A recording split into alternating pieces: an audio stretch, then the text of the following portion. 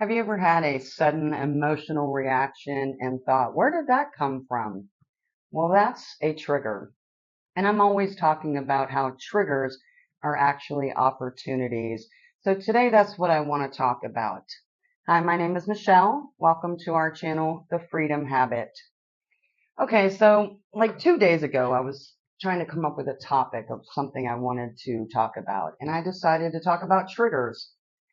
So, I'm writing up my notes and going through it. And I had mentioned to my husband, it was evening time and we were, sitting down chatting. And I said, I kind of want to come up with an example from my life that, I can talk about a trigger. And I'm not coming up with anything, so we just kind of talked a little bit. We were watching some TV and not even an hour later, I don't even know. Like all of a sudden, we ended up in this argument. We were arguing about something, and I can't even tell you what we were arguing about because it wasn't important.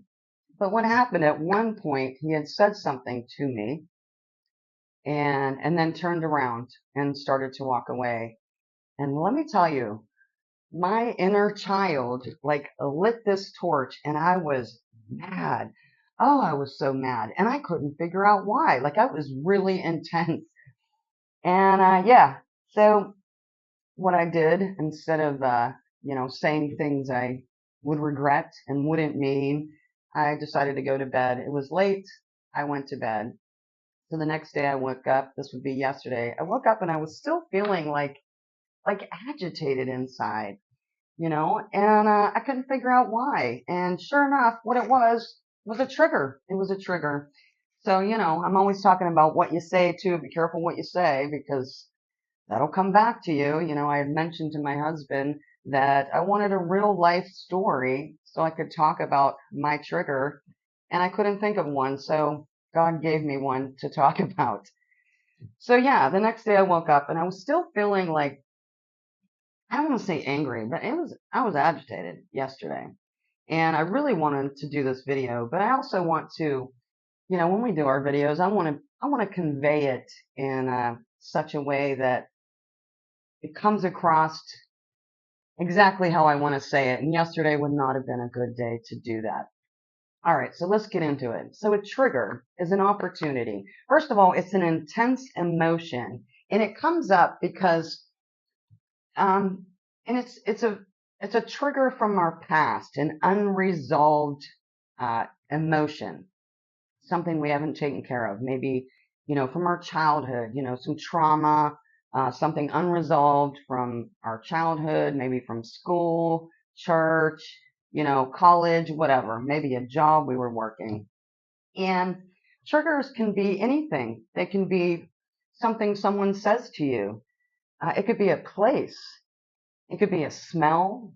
And I thought that was interesting. And when I looked that up and saw that, I thought, you know what? There are certain colognes I don't even want to smell anymore. Like I can't even stand them because they bring back certain memories. So yeah, a trigger, we can be triggered by so many different things. A memory. It's not always something someone says or does.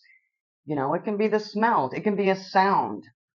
So what it is, we get these intense feelings, and what we can do is take the opportunity to examine that trigger and ask ourselves a couple of questions.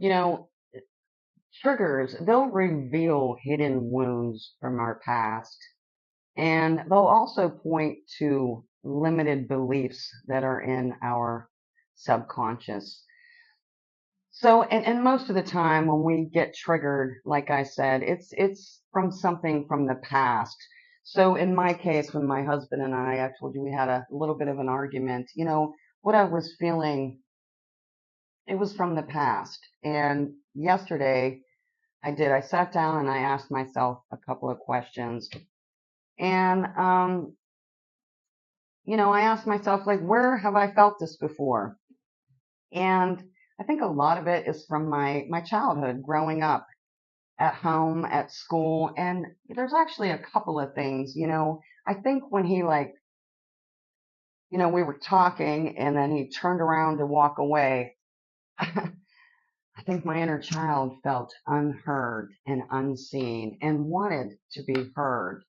And that's definitely a trigger from, old trauma, unresolved issues. And I learned that about myself. So I took this trigger and I turned it into an opportunity. And I asked myself, how can I reframe that? I don't want to feel like that. I don't want to react like that.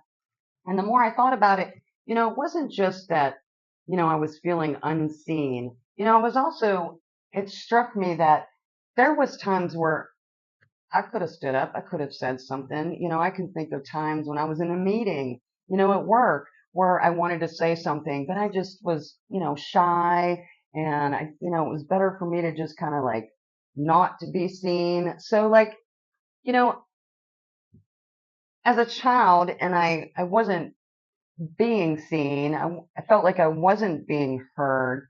And then, as an adult, I carried this into my relationships, with work, with school, with, I'm sure, my parents, my children, my husband.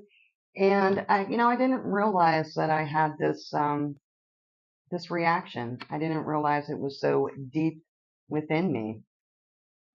So like I said yesterday, I was still kind of feeling irritated. And, I was sitting in the back. We have some feral cats out back, and I feed them, just looking out back there and, thinking about why I was feeling like this and what I can do about it.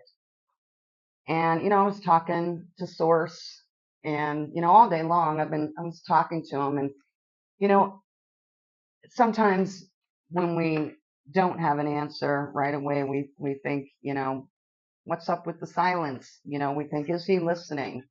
And while I'm sitting there with these cats outside, right in my view, the smallest, and it was like this big, the smallest hummingbird, they're actually called hummingbird moths here. So I guess it's in the moth family, flew right in front of me. But it was just like a hummingbird. It like went to this leaf, went to that leaf.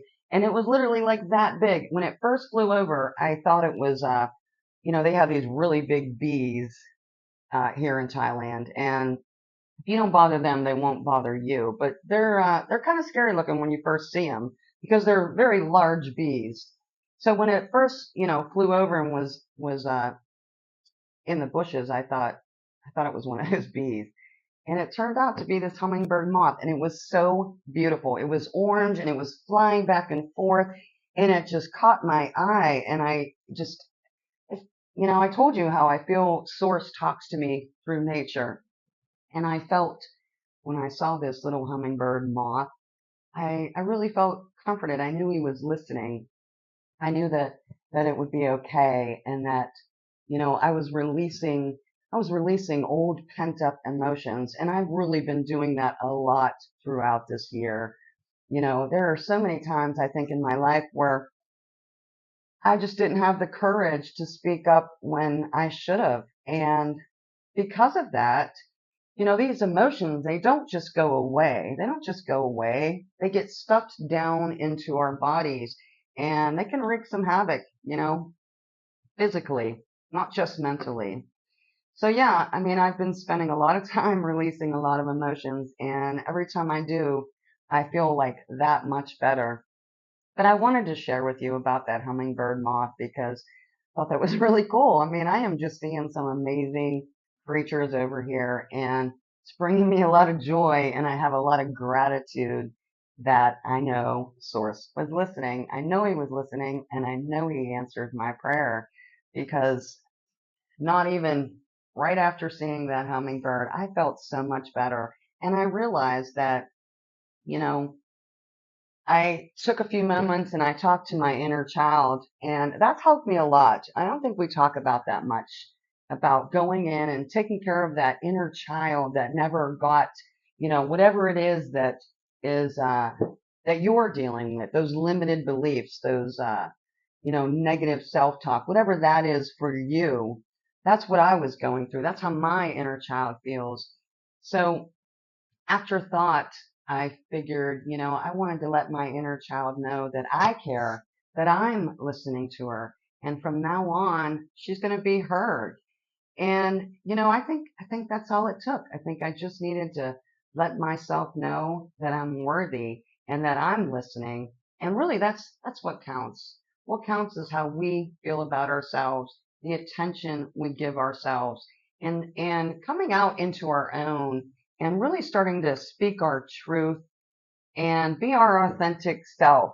So I just kind of wanted to share that little trigger with you so you can get an idea of how we can turn our triggers into opportunities because I learned something about myself. And when you start to examine your triggers and figure out, where is this from? Where have I felt like this before? Especially like it surprised me with, the smells. I hadn't even thought about that in places.